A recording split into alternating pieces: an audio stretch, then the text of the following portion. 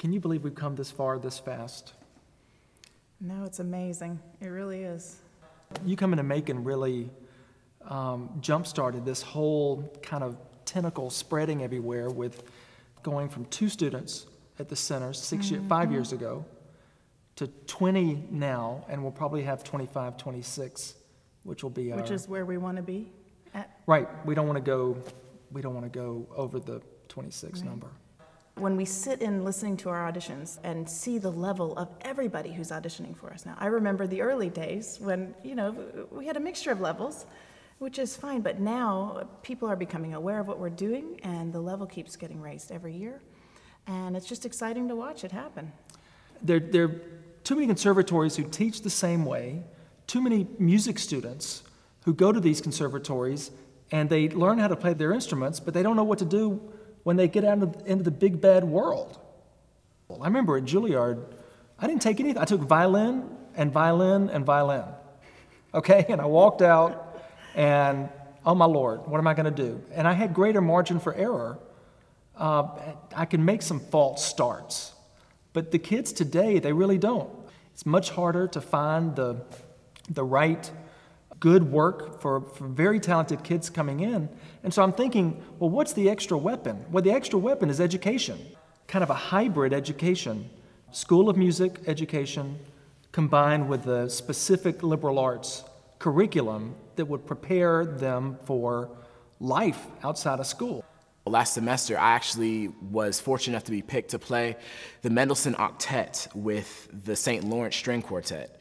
And just being able to play by their side, having them, communicate with me as if I were an equal was absolutely, it was just astounding. I just got out of high school. I'm only 19 years old, and these 20-something, 30-somethings are talking to me as if I'm a peer. I just learned so much from them because of that, because they weren't talking down to me, because they weren't looking down upon me. They were sharing a musical experience with me.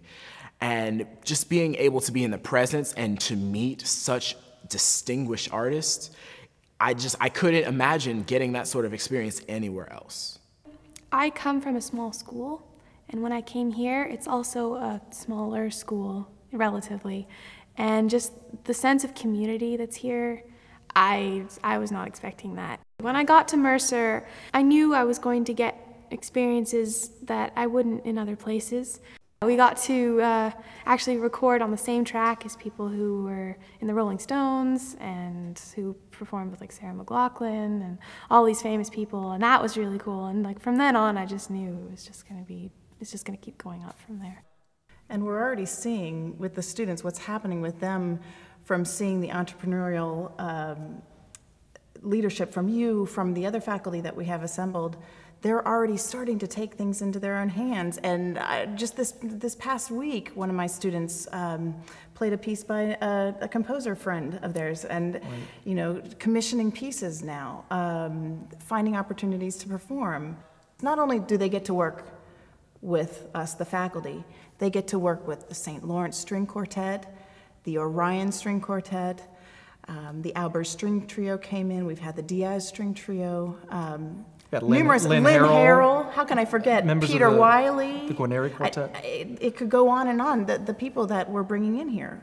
5 years from now, it's going to be even more kind of mind-boggling to see what's happened. Okay, we're patting ourselves on the back enough. It has not been easy, though. We have to be honest. This has not been, you just write down how we're going to do it. It's going to be implemented easily.